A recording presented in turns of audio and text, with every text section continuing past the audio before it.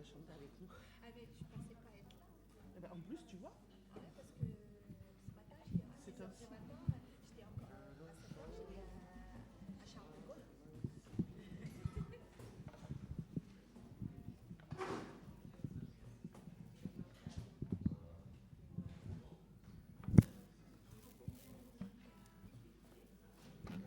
Bon, on est un peu empêtré dans les fils.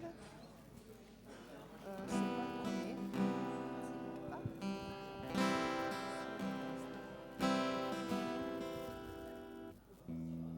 Tombe pas dans le sapin, s'il te plaît. J'en ai déjà défoncé un bout, je vais essayer de pas faire plus. Fais un effort. C'est bon, là, j'avoue, je vais espionner sur toi.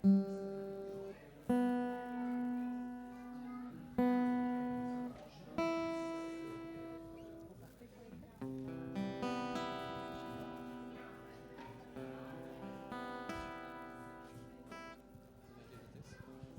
À quelle vitesse? Pas très rapide, entre les deux.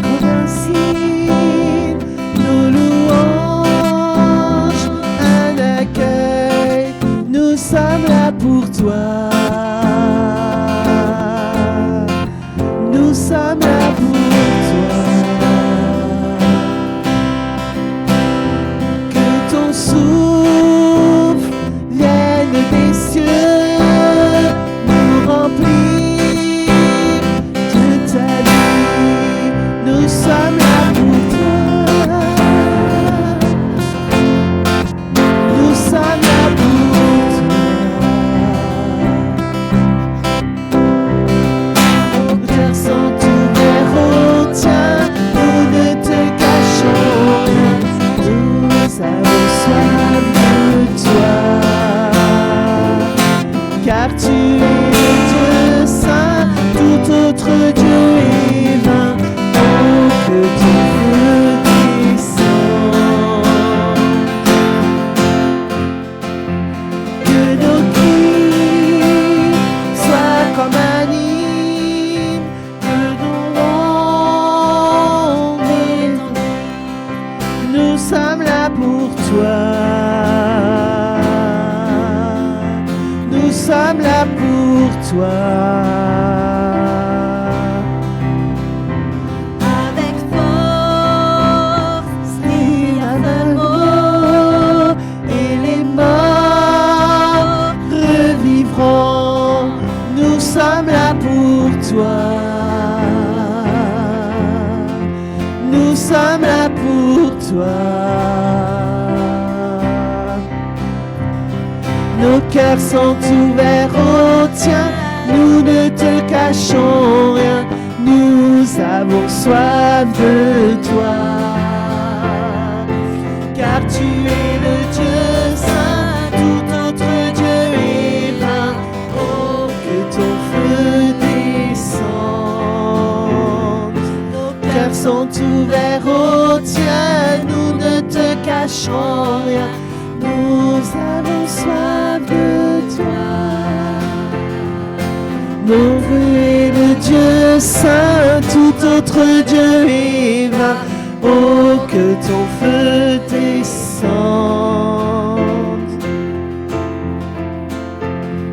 Seigneur, nous t'accueillons. Seigneur, nous t'accueillons. Ô roi et Dieu d'amour, tu es le bienvenu. Seigneur, nous t'accueillons. Seigneur, nous t'accueillons. Ô roi et Dieu d'amour, tu es le bienvenu. Notre cœur t'adore et toute âme s'éveille. Ô roi et Dieu d'amour, tu es le bienvenu. Seigneur, nous t'accueillons. Seigneur, nous t'accueillons. Ô roi et Dieu d'amour, tu es le bienvenu.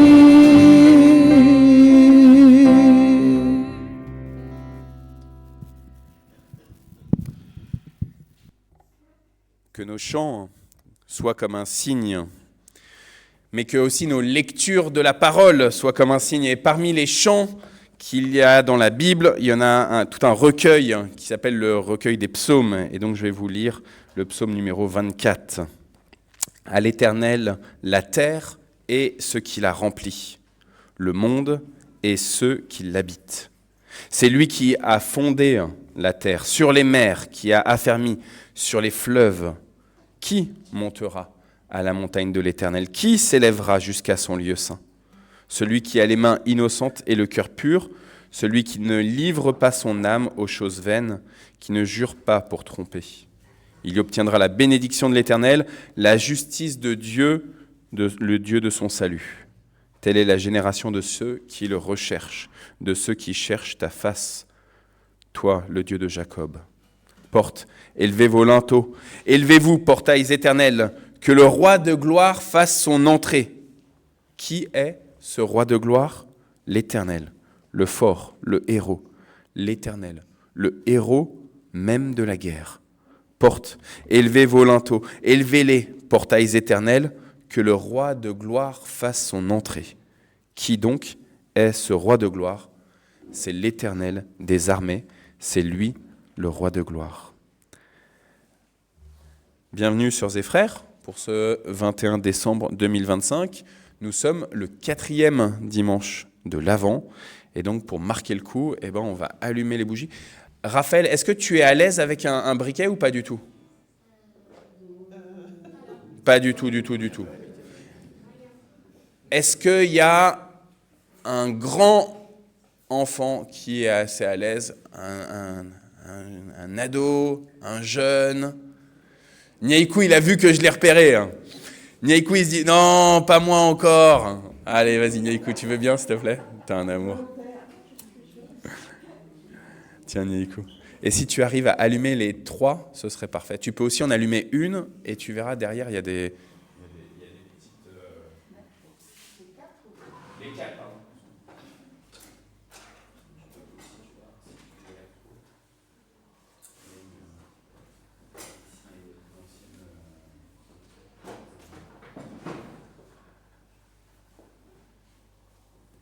Et en même temps que Nyaiku il est en train d'allumer les bougies, je vous rappelle, la première bougie, c'est la bougie de l'espérance. Et on est dans un monde qui manque d'espérance, un monde qui est complètement désespéré. Et donc cette bougie nous aide à méditer le fait que Christ est l'espérance. La deuxième bougie, il a été très rapide Nyaiku, la deuxième bougie, c'est la bougie de la paix, du shalom. Et dans ce monde où il y a tellement de guerres, tellement de tensions entre les individus, on a besoin de recevoir cette parole du Christ. C'est la parole la plus fréquente dans la Bible. Je vous donne la paix, et la parole la plus fréquente, évidemment, dans la bouche de Jésus. La troisième bougie, c'est la bougie de la joie.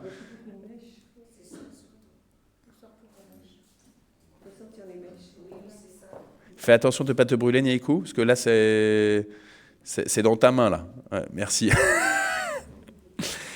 La troisième bougie, c'est la bougie de la joie.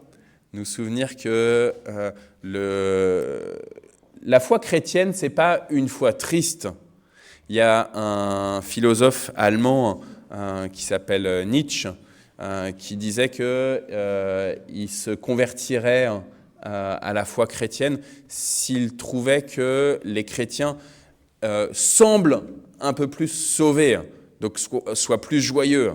Donc on a besoin d'entendre ce type de message de la part des non-chrétiens pour nous dire « soyez joyeux », mais de l'entendre évidemment de la bouche de Paul aussi « soyez joyeux », je le redis, « soyez joyeux ».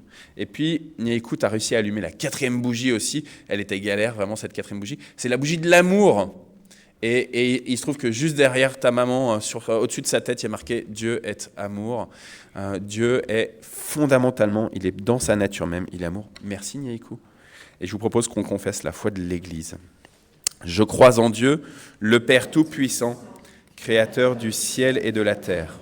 Je crois en Jésus-Christ, son Fils unique, notre Seigneur, qui a été conçu du Saint-Esprit et qui est né de la Vierge Marie. Il a souffert sous Ponce Pilate, il a été crucifié, il est mort, il a été enseveli, il est descendu aux enfers. Le troisième jour, il est ressuscité des morts, il est monté au ciel, il siège à la droite de Dieu, le Père Tout-Puissant. De là, il reviendra pour juger les vivants et les morts. Je crois au Saint-Esprit, la Sainte Église universelle, la communion des saints, la rémission des péchés, la résurrection de la chair et la vie éternelle. Amen. Je vous invite à prendre place. Je vous donne les annonces. Les vacances scolaires ont commencé. Ça veut dire que y a un seul culte. Vous l'avez constaté en arrivant ce matin à 10h30. On n'a pas nos 2 cultes. Ça, jusque donc, les 2 prochains dimanches, ce sera pareil. Donc 4 janvier compris. Un seul culte à 10h30. Et Raphaël, je sais que c'est dur pour toi, mais en effet, il n'y a pas de formation biblique pour les enfants à 10h comme d'habitude, à 10h30 comme d'habitude. Mais on est ensemble au culte, on vit le culte ensemble. Et puis peut-être que tout à l'heure, vous pourrez aller. On a rouvert la 3e salle paroissiale, donc là où il y a tous les jouets des enfants. Donc, mais je crois que je ne l'ai pas mise à chauffer. Après, j'ai vu ta sœur et je te vois toi avec le t-shirt. Je me dis, ça va. Vous êtes jeune, vous arrivez à avoir plein de chaleur. Prisca, lundi, demain, on a le Zoom des lycéens, étudiants, jeunes adultes. Ça fait quoi? Ça fait 3-4 fois peut-être déjà qu'il y a eu le Zoom? 3 fois. Donc là, c'est la 4e. C'est un lundi sur 2. et c'est de 20h45 à 21h30. C'est par Zoom, comme ça c'est facile de se connecter. On avance tranquillement, il y en a qui sont pas là tout le temps, mais c'est pas grave, on chemine ensemble et c'est super sympa. Donc n'hésitez pas à en parler autour de vous. Donc pour les lycéens, les étudiants, les jeunes adultes, en gros c'est la tranche 15-25 ans. Zut, t'es un tout petit peu trop hors de la tranche d'âge. Mardi, on a le groupe de prière à 14h, ça continue tout le temps, le groupe de prière. Seulement pendant les vacances scolaires, il ne se tient pas dans le bureau, dans l'ancien bureau du pasteur, il se tient uniquement par Zoom. Alors la plupart du temps, de toute façon, la majorité des gens se connectent principalement par Zoom, mais il y a toujours la possibilité normalement d'aller ici au temple. Là, pendant les vacances scolaires, c'est uniquement par Zoom. Et le soir, c'est le conseil presbytéral qui tient sa séance aussi de prière à 21h. Mercredi, nous sommes le 24 décembre. Et chaque 24 décembre, eh bien, on vient vivre une vigile de Noël, c'est à 19h, où est là. Et généralement, on chante beaucoup à cette vigile de Noël. Donc que nos voix, elles puissent être bien protégées pour qu'on puisse louer le Seigneur mercredi 19h. Le lendemain, c'est le 25 décembre, on a un culte pour le 25 décembre à 10h30. Et à l'issue de ce culte, on a l'habitude avec Isabelle de proposer un repas, mais qui est un repas sur inscription. Dimanche dernier, c'était un repas où chacun apporte et c'est très convivial et c'était vraiment un excellent moment dimanche dernier. Le 25, c'est vraiment juste un repas sur inscription avec une participation libre aux frères. Mais comme on essaye de mettre les petits plats dans les grands dans ce repas qu'on prépare, on demande avant de s'annoncer. Et le dernier jour pour s'annoncer, c'est demain. Donc vous avez le lien, alors soit vous nous prévenez, soit Isabelle, soit moi, soit vous avez le lien dans la newsletter pour le formulaire Google pour vous inscrire. J'ai marqué écho du CP Andrea en fait dans les annonces parce que je pense qu'on n'a pas fait les échos du CP, sauf que j'ai oublié de t'en parler avant. En plus, tu devais pas être là ce matin, donc on fera les échos du CP, je pense plus tard. Je vous signale que à l'issue de ce culte aujourd'hui, on propose un petit apéritif dans les salles paroissiales parce que c'est l'anniversaire de mon épouse aujourd'hui. Et donc du coup, on va bénir Isabelle pendant l'après-culte. On vous offre un apéro. On sera heureux que vous puissiez rester avec nous et papoter avec nous.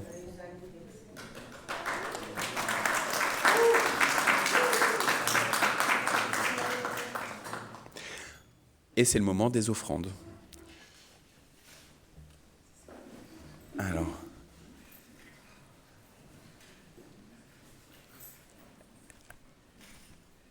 Est-ce qu'il y a une ou deux personnes qui veut bien? Anta?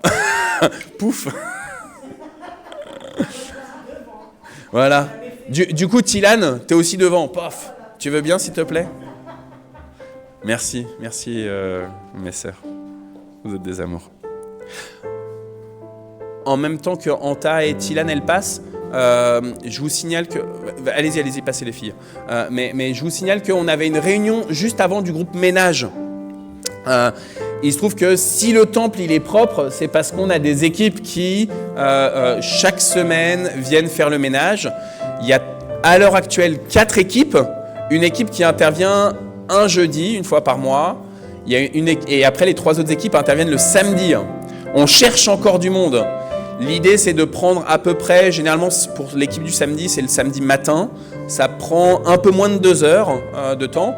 Et donc, on a un planning qu'on organise. Vous savez déjà comme ça en avance quelle date vous pouvez bloquer pour venir faire le ménage. Et donc, n'hésitez pas à venir vers moi ou justement Tilan, Anta, Noël, Vanessa, je pense qu'il y avait encore quelqu'un d'autre.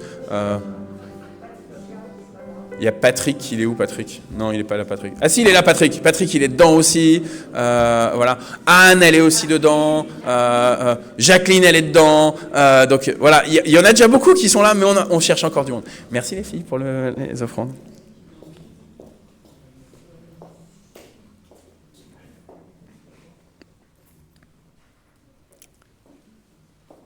Nous prions.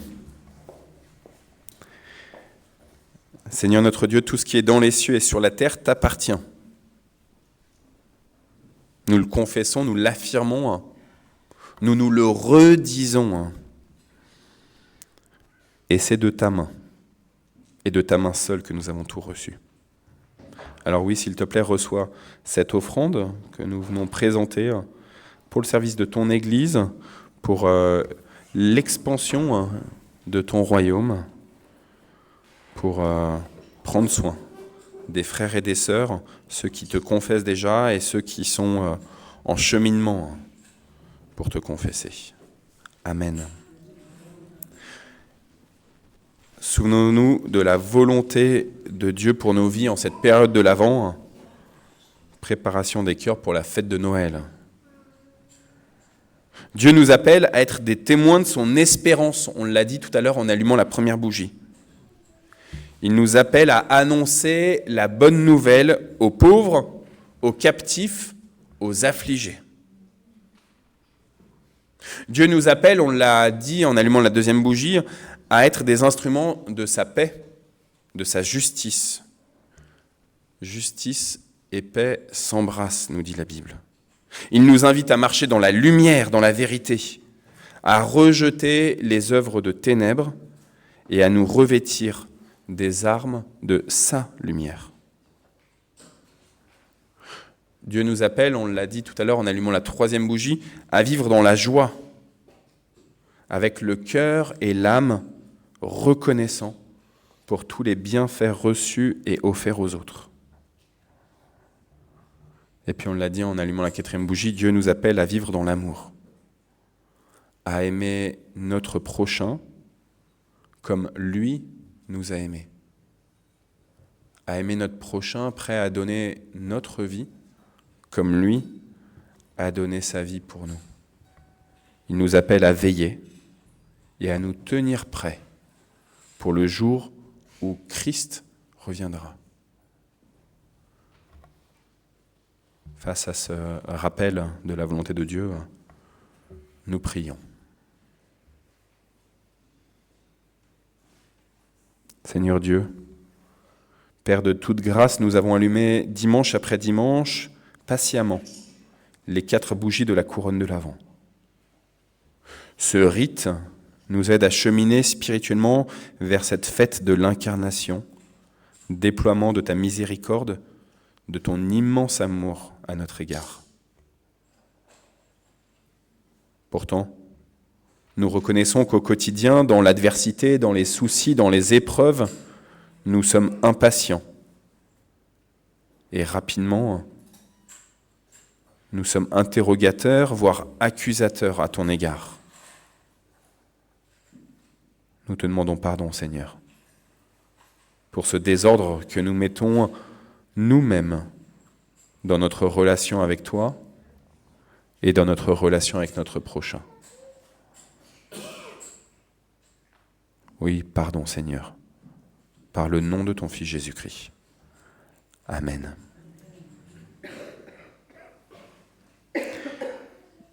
Frères et sœurs, Dieu a visité son peuple. Il est venu de ces lieux célestes pour entrer au contact de cette humanité pécheresse. Il a montré sa miséricorde envers vos pères, envers nos pères. Il s'est rappelé sa sainte alliance.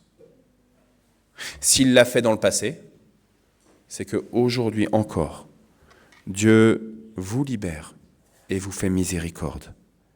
Il vous pardonne et il vous renouvelle dans son alliance. Amen. Renouvelé dans l'alliance de Dieu, on peut l'acclamer, le louer, on peut tourner nos yeux vers lui. Amen.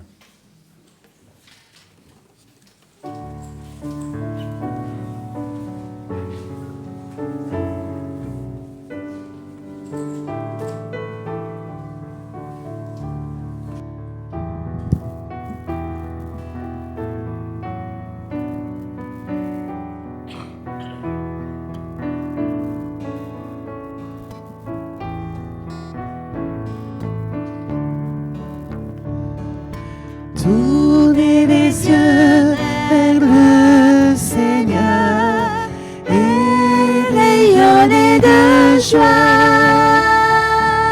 Chantez son nom de tout votre cœur, il est votre sauveur, c'est lui votre Seigneur. J'ai cherché le Seigneur et il m'a écouté. Il m'a guéri de mes peurs et sans fin je le louerai. Tournez les yeux vers le Seigneur et rayonnez de joie. Chantez son nom de tout votre cœur, il est votre sauveur, c'est lui votre Seigneur.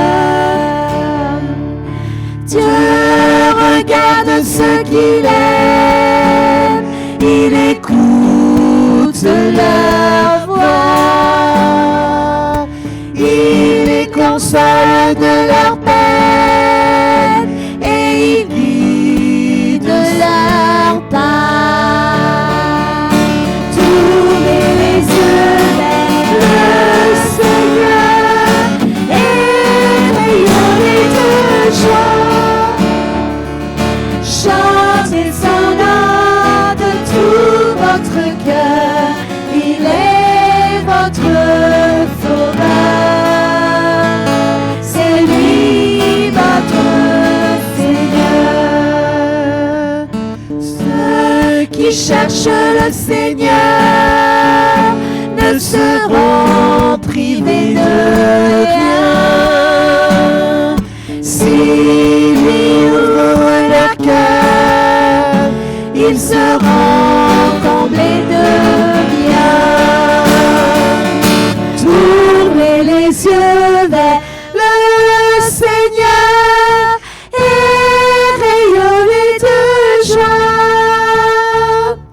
Chantez son nom de tout votre cœur, il est votre sauveur, c'est lui votre Seigneur.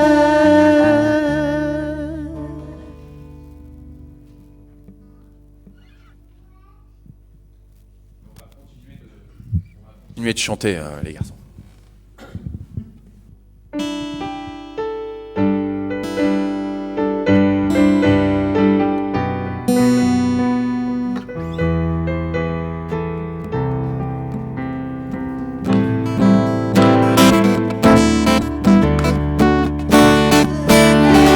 Célébrer son grand amour, venez le chanter. Le Fils de Dieu est venu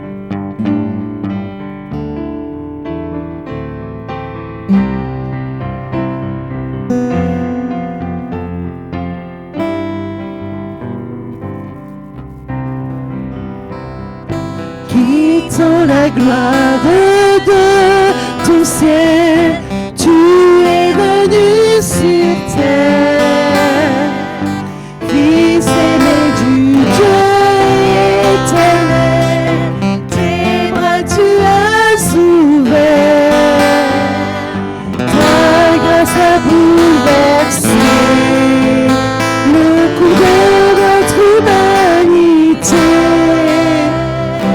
Nous crions ensemble victoire.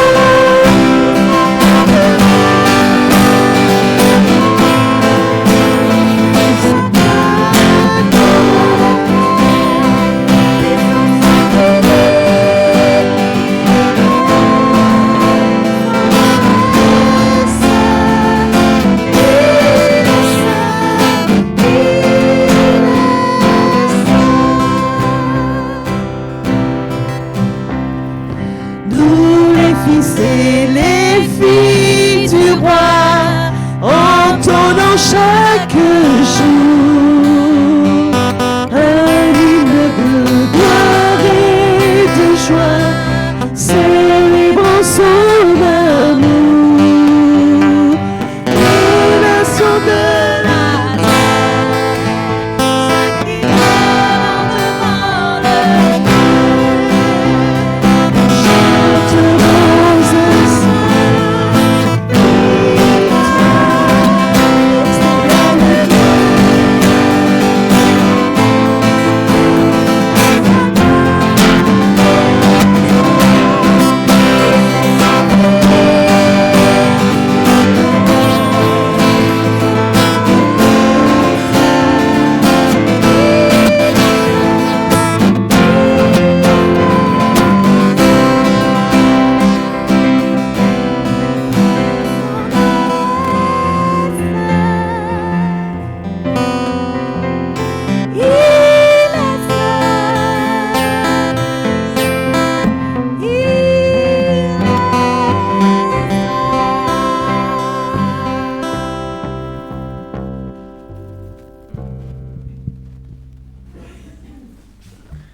Est-ce que Christ, il est vraiment victorieux? Oui, amen. Merci, merci les sœurs, parce que là, l'assemblée, elle était un peu... Est-ce que Christ, il est vraiment victorieux? Amen, amen. Je vous invite à prendre place. S'il est vraiment victorieux, c'est qu'il a fait des miracles dans votre existence, c'est qu'il a fait des miracles dans votre quotidien, qu'il a fait des petits miracles, qu'il a fait des grands miracles. C'est le moment des actions de grâce. Encouragez-vous les uns les autres en témoignant. Pas pour tirer la couverture à vous. L'objectif, c'est vraiment de dire, oui, c'est Christ qui est la victoire dans notre existence. Alors, en ce moment, nous sommes dans l'Avent et c'est une période merveilleuse parce que nous attendons la venue de notre Sauveur. Et tous les soirs, avec mon père, nous chantons des cantiques, alors pas très modernes, d'un arbre séculaire, du vieux tronc d'Isaïe, Aube aux nouvelles, tous ces cantiques. Mais on a exactement les 4 chandelles de l'Avent avec nous, l'espoir de la venue de notre Sauveur. On a la paix parce que la joie. Amen, amen. Et l'amour. Amen. Et ils sont tous là avec nous. Et je vous encourage aussi dans cette période où on attend la venue de notre bien-aimé Jésus, de chanter tous les soirs dans cette attente frémissante que nous avons de sa venue. Amen, amen. Voilà. Merci. Et puis aussi, je fais partie de l'équipe de ménage et je voulais témoigner de la possibilité que ça nous donne de créer des liens. Grâce à, par exemple, j'ai découvert Vanessa, que tu connaissais pas plus que ça avant, que tu avais je déjà vu connaissais comme ça. de vue, comme ça, avec qui j'étais pas spécialement copine. Mais le fait d'avoir fait le ménage ensemble, maintenant, elle fait partie des personnes que j'aime parce que ça crée des liens. Donc, je vous invite à entrer dans nos équipes parce que ça nous permet vraiment de créer des liens différents en faisant une belle maison pour notre Sauveur. Amen, amen. Merci, merci Noël. C'est vrai que je confirme ce que dit Noël. Ça nous permet de C'est le Ça moment du nous recrutement, permet les vraiment amis. de nous connaître davantage. Hein. Donc voilà. Il y a aussi hier, je remercie vraiment le Seigneur de m'avoir permis de participer, d'aller au maraude, à la maraude chantante, malgré que j'étais pas encore très bien. J'ai dû abandonner vers la fin, hein, avant déclic, mais je remercie beaucoup le Seigneur ça me tenait à cœur vraiment. Donc merci Seigneur, ça c'est la grâce de Dieu à chaque fois. Amen. Et puis merci à tous les organisateurs et tous ceux qui n'ont pas pu venir aussi, comme la pauvre Marie-Christine qui est un peu Marie-Christine malade, mais qui est qui, malade. le Seigneur lui donne Le des Seigneur, forces oui, pour nous annoncer la parole aujourd'hui. Elle est là. Amen. Merci Seigneur, amen. Cette nuit, je me suis dit, il va falloir peut-être alors que je me prépare pour prêcher ce matin. Mais le Seigneur a renouvelé les forces de Marie-Christine pour qu'on puisse entendre la prédication tout à l'heure. Donc, merci Seigneur. Bonjour à tous. En fait, je tenais vraiment à exprimer ma reconnaissance envers le Seigneur parce que grâce à lui, j'ai encore mes parents. Il y a au premier dimanche de l'Avent 6 hommes. Andrea, il faut que tu prennes le micro. C'est normal. Oui, en fait, du coup, elle est encore sous l'émotion. Donc, il y a premier dimanche de l'Avent, en effet, on était au culte et je reçois un message de ma belle-sœur pour dire qu'il y a des milices armées qui ont attaqué sa maman, ses parents, et du coup, qui l'ont violenté et ils voulaient même aller jusqu'à les tuer parce qu'ils ont renversé pas mal de pétrole, en fait, dans le... donc du coup, merci Seigneur parce que pendant ce temps-là, ils ont chanté que des chants de louange et on ne sait pas pourquoi. Donc du coup, ils sont partis, ils n'ont pas pu aller jusqu'au bout de l'action. Et du coup, il y a pas mal de coïncidences qui fait qu'en effet, les petits enfants doivent manger aussi à la maison. Donc c'était pas le cas. Donc du coup, il y a vraiment une protection du Seigneur et puis on remercie beaucoup. Et voilà. Et ils sont maintenant... Alors, beaucoup, déjà, ils sont dans un lieu sécure tout à l'heure fait. actuelle, Puis, après être passés à l'hôpital. Oui. Et donc, du coup, ça va un peu mieux, mais vraiment, on sentait vraiment que voilà, ils étaient protégés aussi par le Seigneur, parce que déjà, avoir la force de louer le Seigneur pendant qu'on le violente, ils se sont été attachés et tout. Bon, je parle les détails parce que c'est assez cruel quand même. Malgré cela, en fait, ils ont tenu et puis... Voilà, on tenait vraiment à remercier le Seigneur. Amen. Donc, Fidi et Bertine, ils nous suivent assez régulièrement sur Facebook. Donc, des fois, vous pouvez voir un petit commentaire sur nos cultes en direct. Alors, généralement, c'est Bertine, mais c'est ensemble que vraiment qui...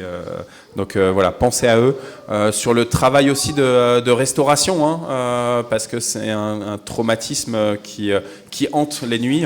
Donc merci vraiment de penser à eux dans vos prières. Vanessa, merci Nico. Moi, je voudrais vraiment remercier le Seigneur pour sa fidélité. Parce que ça fait plusieurs années que je vis et que j'observe et je vois la fidélité de Dieu dans tous les domaines de ma vie. Je voudrais le remercier parce que c'est vraiment un Dieu qui est puissant et qui prend soin de nous dans toutes les dimensions de notre être. Amen. Moi, je l'ai expérimenté dans les domaines émotionnels, de la psyché, de mon corps.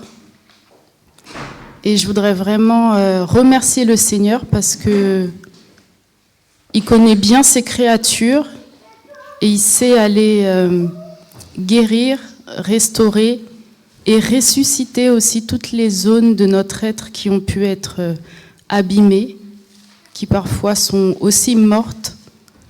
Et vraiment, je voudrais glorifier le Seigneur parce que c'est vraiment un Dieu puissant, il est patient. Il sait comment faire, et quand il fait bien, et il fait en son temps. Donc, vraiment, c'est aussi un encouragement de lui confier tout ce qui nous dépasse et tout ce qui est profondément ancré à l'intérieur et que parfois les êtres humains peuvent être limités, mais Dieu, lui, ne l'est pas. Donc voilà, gloire à Dieu, vraiment. Est-ce que peut-être qu'on peut juste prier? Tu nous conduis dans un temps de prière, justement, pour ce que tu viens d'évoquer, s'il te plaît, Vanessa? Père éternel, excellent Père de grâce, nous nous approchons de toi vraiment par la foi, par la grâce, sachant que tu es un bon Père. Tu prends soin de tes enfants, tu connais tes enfants. Et je veux te louer parce que tu nous as créés corps, âme et esprit. Et tu sais par ta parole, par l'action de ton esprit, à les guérir, à les restaurer. Tu sais, Seigneur, aller dans nos émotions. Tu sais aller dans notre psyché. Tu sais, Seigneur, ce qui nous a affectés, ce qui nous a ébranlés, ce qui nous a même parfois mis à terre. Tu connais les situations, Seigneur, où les êtres humains sont limités, parfois même les situations mortes dans nos vies, qu'elles soient financières, qu'elles soient émotionnelles, qu'elles soient psychologiques, qu'elles soient physiques. Et je prie, Seigneur, pour que ton Esprit Saint puisse descendre dans chacun d'entre nous, chacun de nos frères et sœurs, Seigneur, qui a un besoin peut-être parfois qu'il n'en a même pas conscience. Mais toi, tu sais aller réveiller tout ça, tu sais parler à tes enfants, tu sais aller les chercher avec amour. Et je te prie, Seigneur, pour qu'il y ait une visitation particulière de ton esprit dans chaque foyer, chaque personne, du plus petit au plus grand, Seigneur, tu restaures, tu libères, Seigneur, tu réveilles. Et tu entoures de ton amour parfait, de ta paix, Seigneur, sachant que nous pouvons placer notre confiance en toi. Tu es un Dieu fidèle, tu es un Dieu puissant, tu es un Dieu bon et miséricordieux. Alors nous te glorifions et nous te rendons grâce par avance pour tout ce que tu vas accomplir dans le précieux nom de ton Fils Jésus-Christ, notre Sauveur, notre Seigneur, par l'action de ton Saint-Esprit. J'ai prié. Amen. Amen. Amen. Merci Vanessa. Je vous propose qu'on s'arrête là sur les actions de grâce. Je suis désolé, il faut que je vous affiche, les amis. Vous arrivez en retard. Gabriel, tu es en retard là, mais je sais que le 25 décembre, tu ne seras pas en retard. Frères et sœurs, venez entourer Gabriel qui va passer par les eaux du baptême jeudi prochain. Il est un peu malade là, il est un peu fatigué, donc voilà, on prie pour que tu sois en super forme et que les flèches de l'ennemi ne t'atteignent pas, pour que tu puisses passer par ces eaux-là de mort et de résurrection, ce moment de ta nouvelle naissance, ce 25 décembre 2025 qui sera marqué dans les annales. Frères et sœurs, comme je disais tout à l'heure, c'est Marie-Christine que le Seigneur à qui il a donné les forces justement ce matin pour pouvoir nous annoncer la parole. Comme je le disais, j'ai cru cette nuit que vraiment ça allait pas le faire, mais en fait c'est bon. Béni soit le nom du Seigneur. À toi.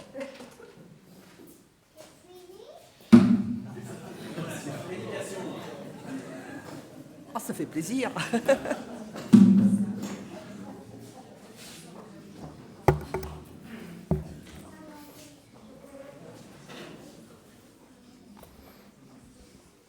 Le Seigneur se glorifie dans nos faiblesses. Bon, vous m'entendez? Ça va? Alors, le passage que nous allons lire se trouve au premier chapitre de l'évangile de Matthieu. Alors, chacun des 4 évangiles, vous le savez certainement, a un caractère et, on va dire, un but particulier. Matthieu, lui, il va insister sur le fait que Jésus, ce Jésus qu'il a suivi sur les routes de Judée, de Galilée, ce Jésus qu'il a vu mort et ressuscité, il est bien le Messie annoncé par les prophètes. C'est ainsi qu'il va commencer son évangile avec toute une généalogie qui partant de Abraham, ira donc jusqu'à Joseph, le père connu, on va dire, de Jésus. et qui était descendant de David. Je fais une remarque, la généalogie de Luc est différente et c'est certainement la généalogie de Marie qui, elle aussi, descendait de David. On parle peu de Joseph dans les évangiles et pourtant, Matthieu va nous donner là un récit qui va nous révéler combien son rôle est primordial dans la venue du Seigneur parmi nous. On va lire donc l'évangile de Matthieu au premier chapitre, les versets 18 à 25. Alors, pour préserver ma voix, est-ce que quelqu'un veut bien lire ce texte? Et je ne sais pas s'il y a un micro, non? Allez, un volontaire. Alors attends, faut-il Anne qui commence, il lui faut un micro. C'est pour nos amis qui sont sur Facebook.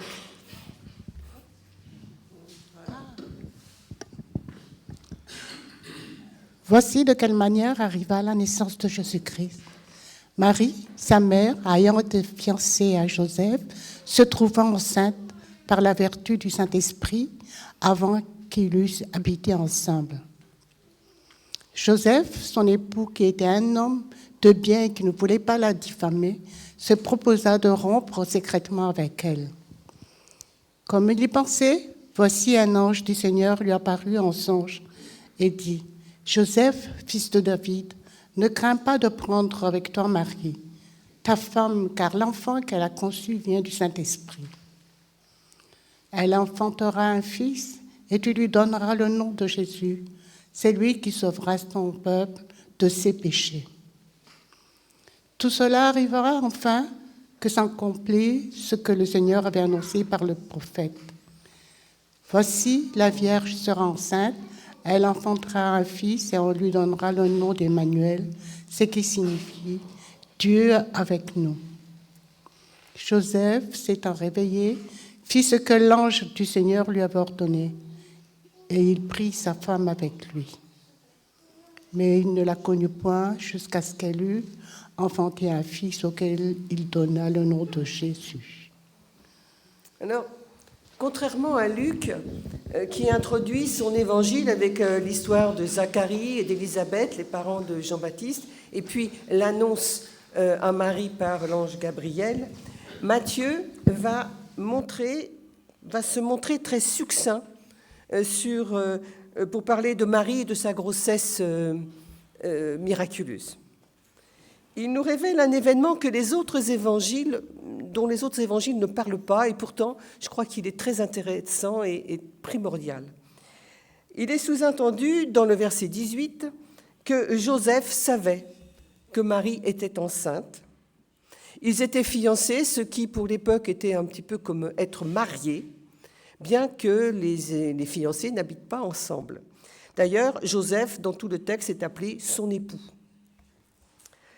Alors, comment pensez-vous que Joseph a reçu la nouvelle que sa fiancée était enceinte?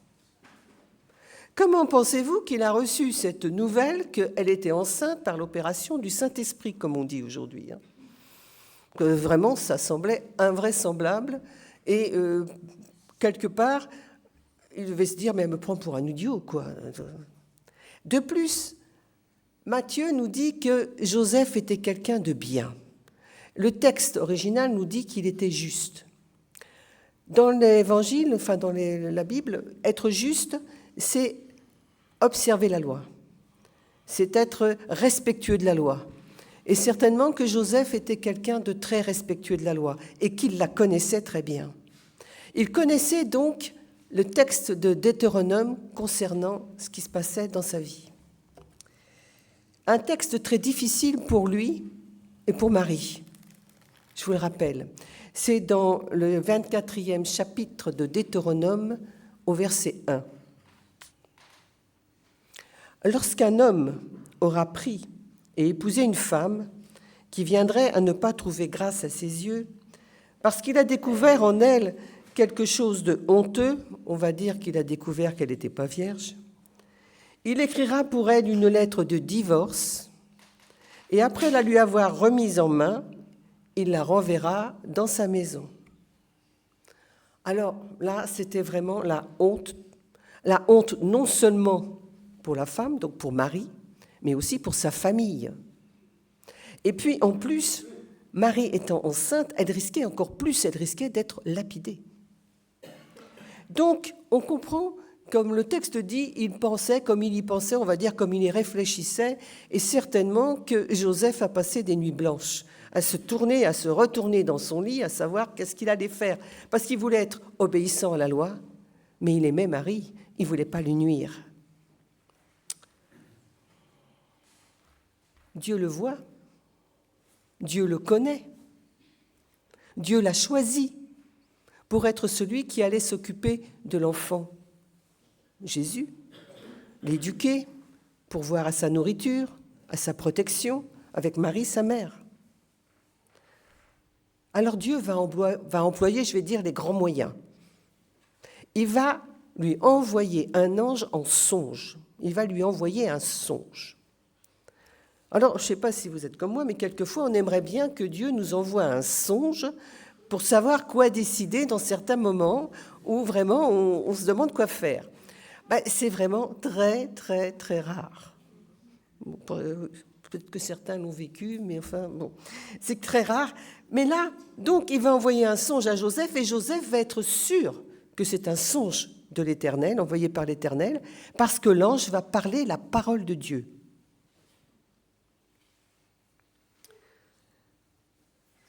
Alors, dans ce cas de Joseph, il ne pouvait pas douter que c'était un message de l'Éternel.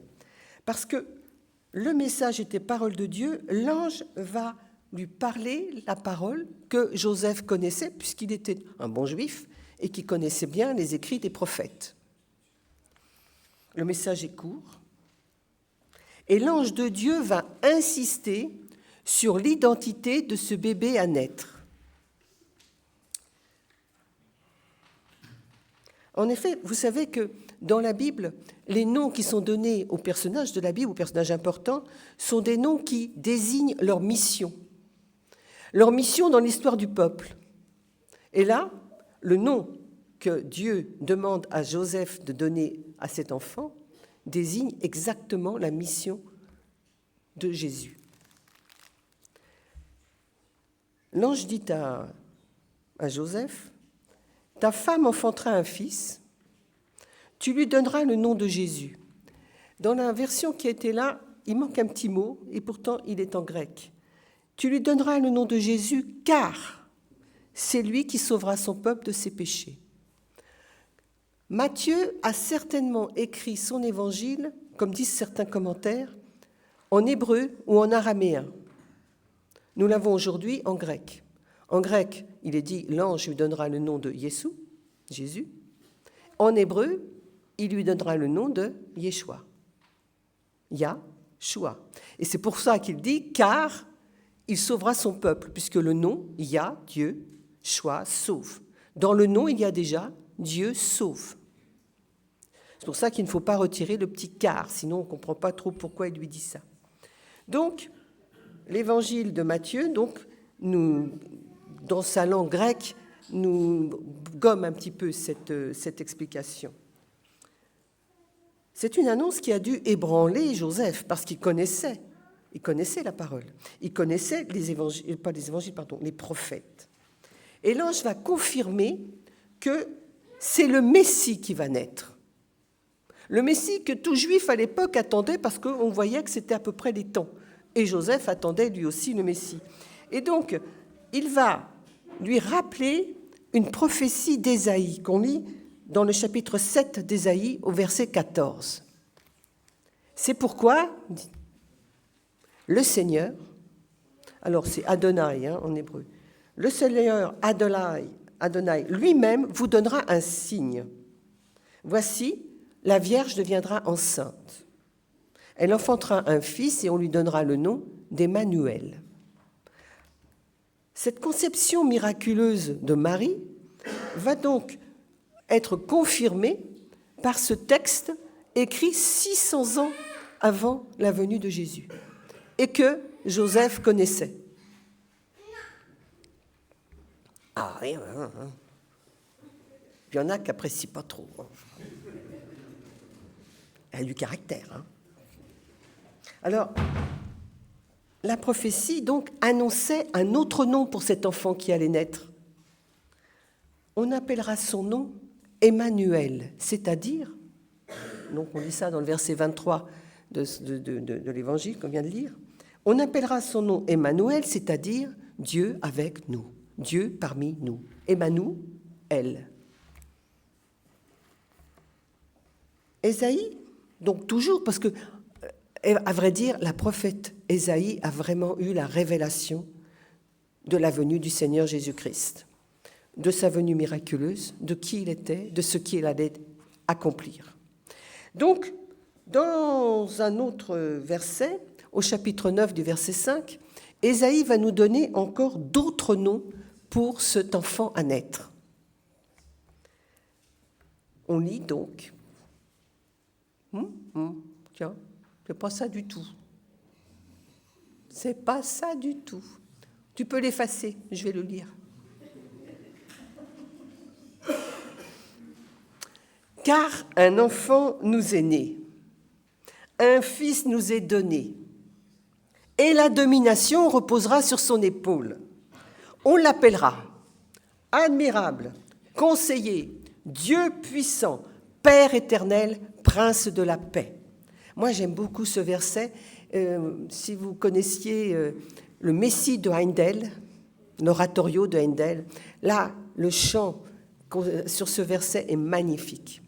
Donc, on l'appellera admirable, conseiller, Dieu puissant, Père éternel, prince de la paix. C'est le nom de ce bébé qui va naître. Dieu puissant. C'est un nom qui évoque plus qu'une qualité, plus qu'un prénom. C'est pour nous dire qui est Christ en vérité. C'est Dieu, l'unique. Il n'y en a qu'un. Et c'est ce qu'affirme Jésus d'ailleurs lorsqu'il parle, il répond à l'un des scribes qui l'interroge sur le premier des commandements. Et le Seigneur lui répond, Matthieu 12, 29, « Voici le premier commandement. Écoute Israël. Le Seigneur Yahvé, le Seigneur éternel, notre Dieu est l'unique Seigneur. Notre Dieu est l'unique Seigneur et l'unique Yahvé. Dieu l'Éternel Yah ne donne pas son nom, ne donne ni son nom, ni sa gloire à aucun autre. Jésus, Yahshua, est Dieu parmi nous. Il est Emmanuel. Un autre nom que donne Ésaïe, qui est étonnant, Père éternel.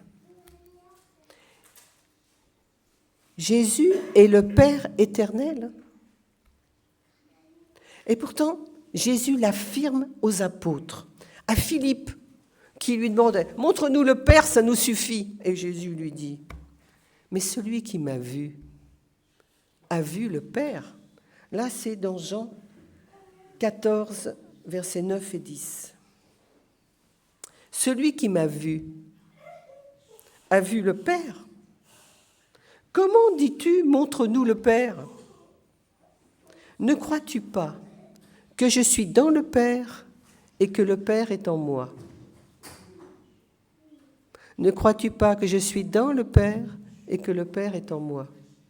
J'ai souvent dit que c'était une formule mathématique.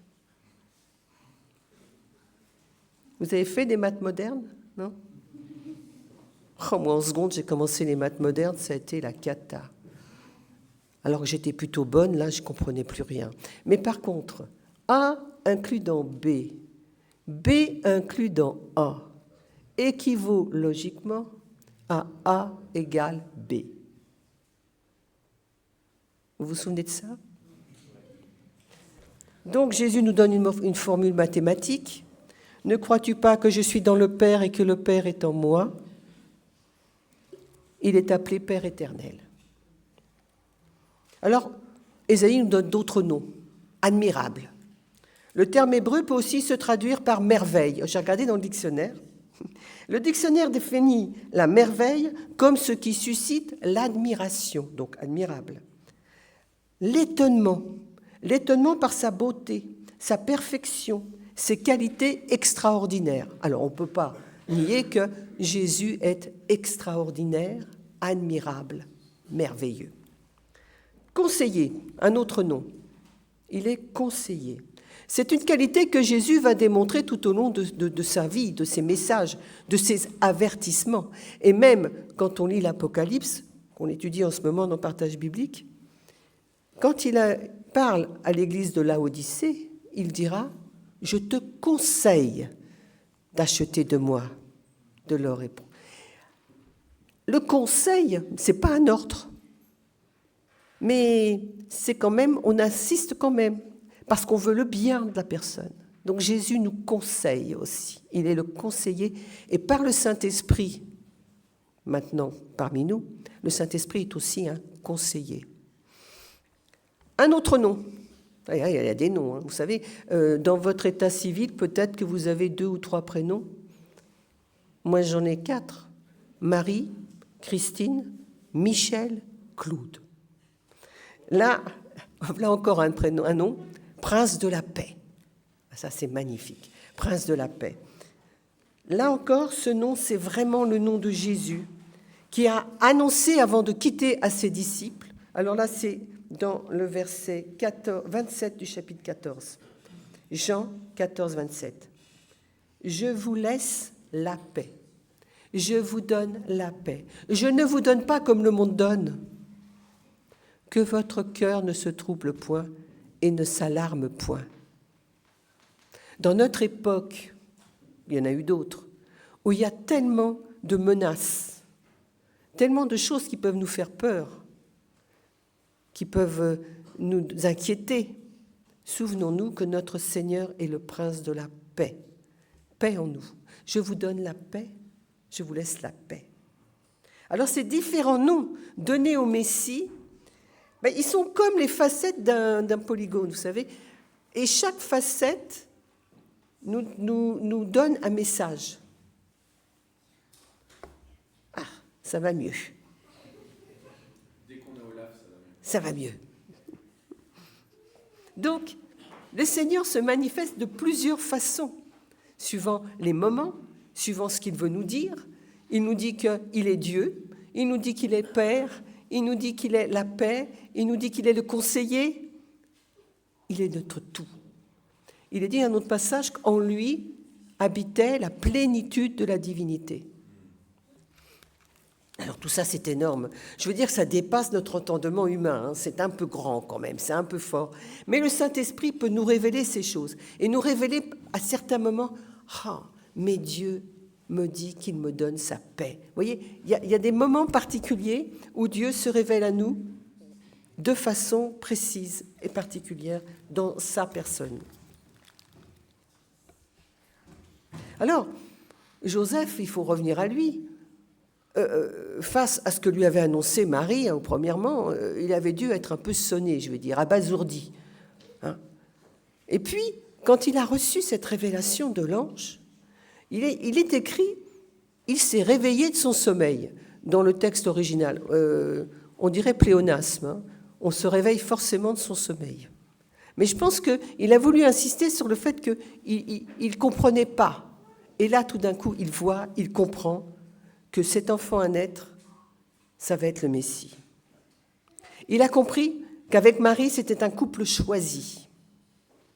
Lui et Marie, parce qu'on dit souvent Marie est choisie, mais Joseph aussi. Il va accomplir ce que l'ange lui dit, il va prendre Marie chez lui, ce qui pour l'époque équivalait à l'épouser. Il a épousé Marie. Et après, donc, on les verra aller à Bethléem pour se faire enregistrer.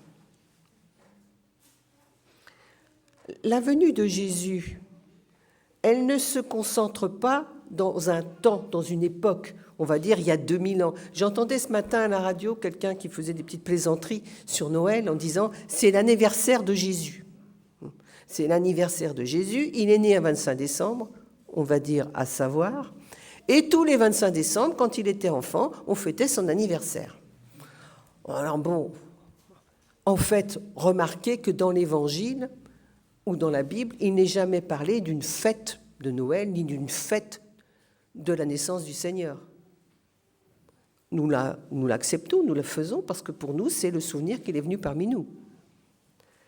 Mais cet événement, il dépasse le temps, il dépasse le lieu même où ça s'est passé, cette crèche, ce petit événement tout à fait, on va dire, anodin dans l'espace humain, mais tellement énorme, énorme pour l'humanité. Dans la petite existence modeste, insignifiante de Marie et de Joseph, est arrivé cet événement divin. Et cela nous dit aussi que dans notre vie, modeste, insignifiante, cachée, Dieu vient parmi nous.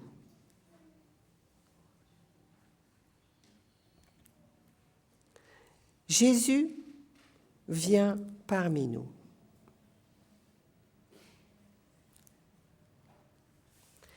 Dans notre existence insignifiante. Je vais vous citer l'extrait d'un livre que j'ai lu il y a quelque temps et que j'ai relu il n'y a pas longtemps.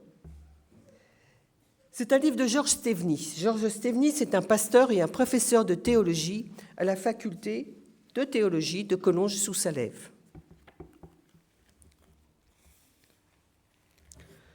Tout ce que l'Ancien Testament nous apprend sur Dieu se précise et se personnalise dans le Nouveau Testament. Nous parvenons ainsi à la révélation la plus émouvante.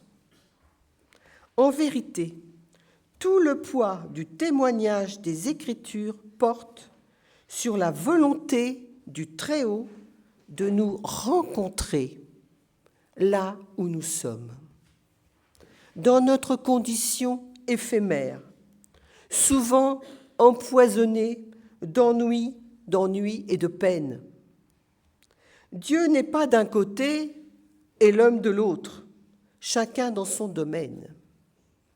Par définition, les religions veulent jeter des ponts entre Dieu et les hommes. En réalité, selon la Bible, c'est Dieu qui vient vers l'homme.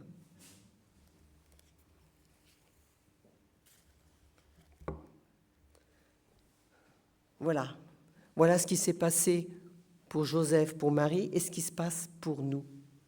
Il est à la porte, dit un texte aussi. Il frappe, ouvrez-lui la porte. Saisissez cette vérité en ce dernier dimanche de l'Avent.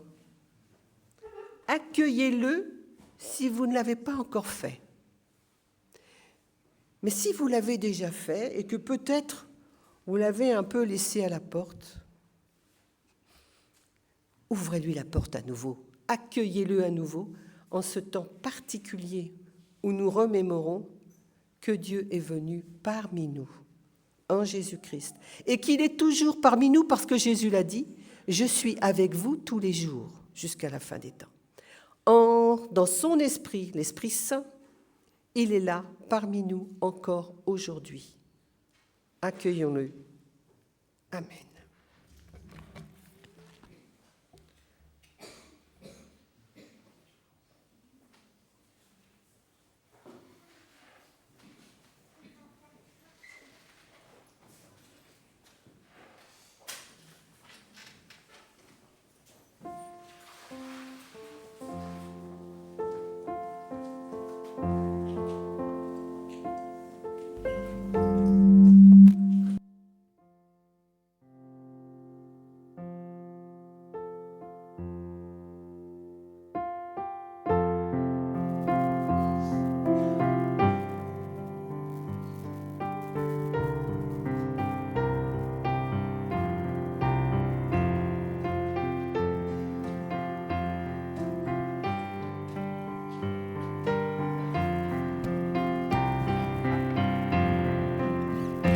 Tu es là au cœur de nos vies et c'est toi qui nous fais vivre.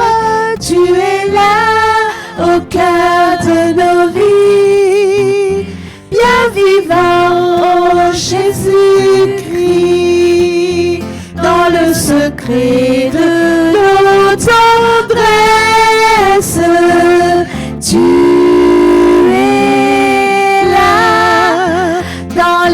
matin de nos promesses.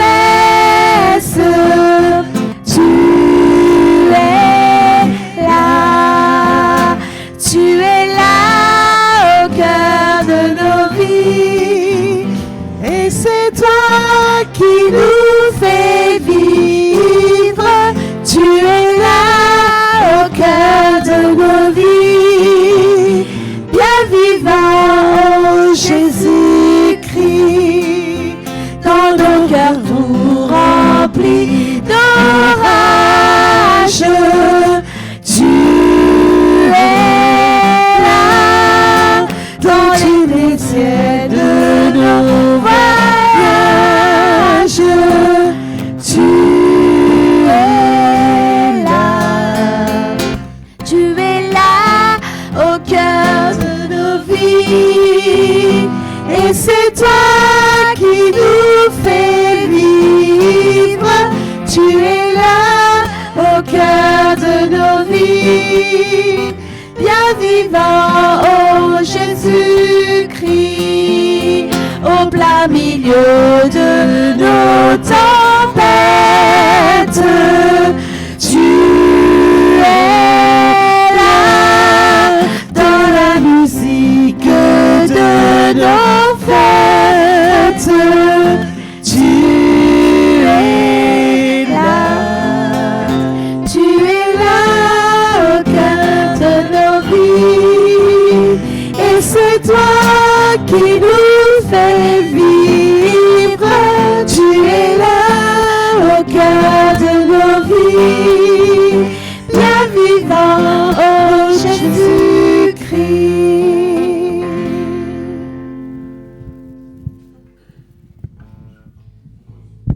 Soir pour prier.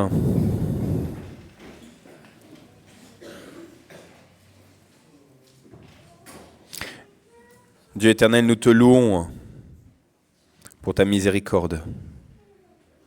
Oui, tu aimes le monde que tu as créé et tu ne te détournes pas de nous les êtres humains quand nous sommes dans la détresse. Comme nous l'avons entendu, tu viens prendre l'initiative de frapper à nos portes. Et c'est pourquoi ? Parce que tu es là, au-devant de nous. Parce que tu es dans cette musique de fête, parce que tu es aussi dans nos milieux de tempête. Nous osons prier. Seigneur, pour ton Église et pour tous ceux qui y œuvrent. Que ce soit les équipes de ménage dans cette église de Mantes-la-Jolie, que ce soit ceux qui apportent l'évangile à leurs voisins, voisines, à l'autre bout du monde. Que ce soit ceux qui sont persécutés au nom de leur foi en toi. Oui, prends soin de ton Église. Rassasie-la, s'il te plaît, Seigneur, de ta parole, de ta présence. Donne-lui, en ce jour de mémoire de la résurrection de ton Fils, de pouvoir accueillir ta joie, ta paix et ton espérance. Nous te supplions, Seigneur, pour tous ceux qui sont en position d'autorité dans ce monde, ceux qui ont été élus, ceux qui ont pris le pouvoir, ceux qui ont une responsabilité dans des entreprises, dans des associations. Seigneur, donne-leur d'être attentifs à tes projets, à toi, et non à leurs ambitions personnelles.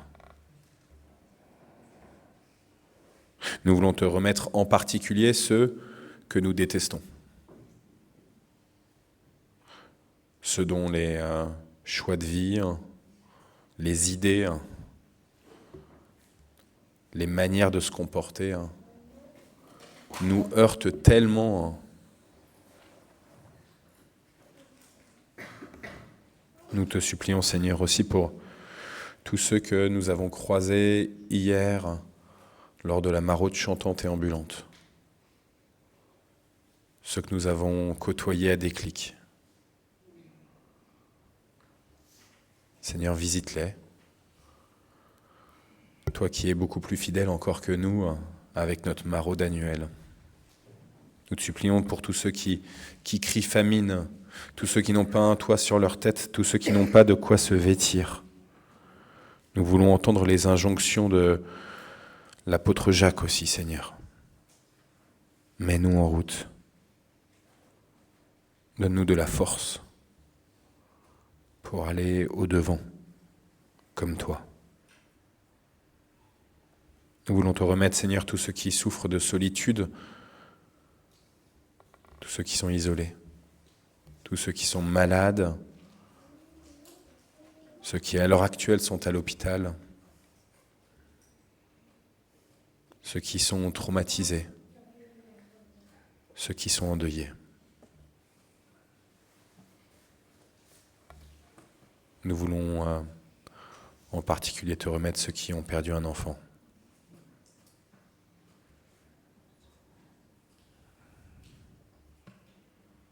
Seigneur, en ce temps de l'Avent, à ces quelques jours de Noël, nous voulons aussi te remettre tous ceux qui attendent impatiemment la venue d'un enfant. Toi qui sais ce qui se passe exactement dans les entrailles maternelles. Toi qui l'as fait vivre à ton Fils. Nous te prions par ton Saint-Esprit. Viens et visite les enfants à naître. Seigneur, nos sujets sont si nombreux. Nous prenons un temps de silence pour que intérieurement nous puissions chacun te les confier.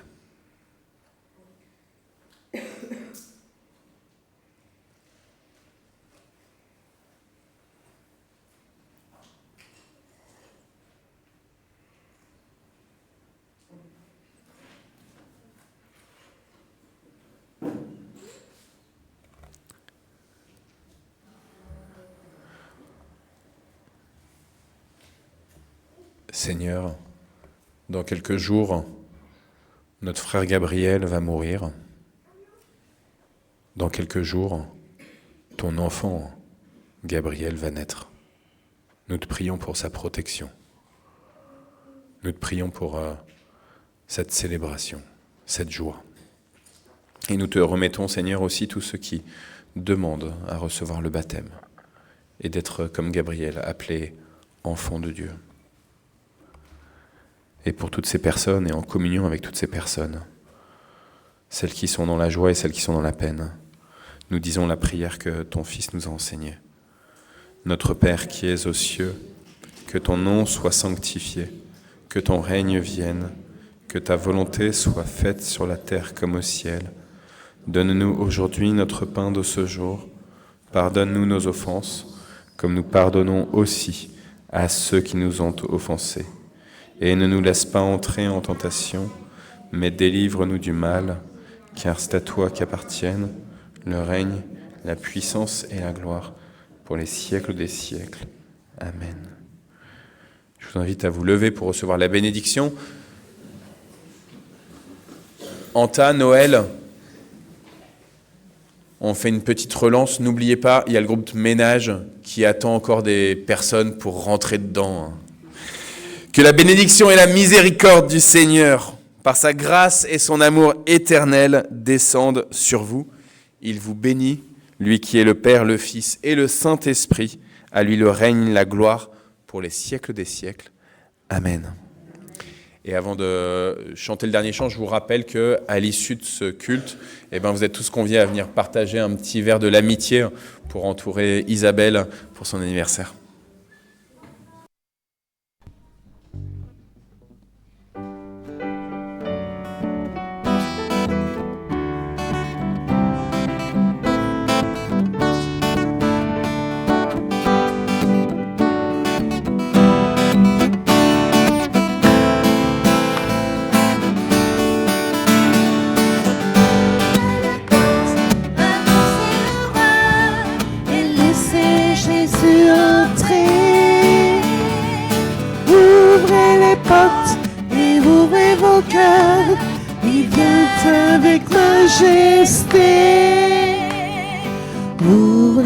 portes à celui qui vient au nom du Seigneur. Ouvrez les portes à celui qui est le Dieu vainqueur. Ouvrez les portes, annoncez le roi et laissez Jésus entrer. Ouvrez les portes et ouvrez le cœur, il vient avec majesté. Ouvrez les portes à celui qui tient les clés de la vie. Ouvrez les portes et les pauvres seront affranchis. Ouvrez les portes, annoncez le roi et laissez Jésus entrer. Ouvrez les portes et ouvrez vos cœurs, il vient avec majesté. Ouvrez les portes à celui qui est le consolateur. Ouvrez les portes à celui qui veut sonder vos cœurs. Ouvrez les portes, annoncez le roi et laissez Jésus entrer.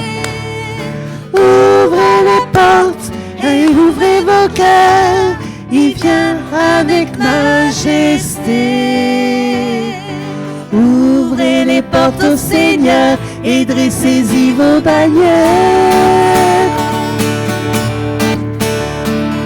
Aplanissez vos sentiers et enlevez les peurs.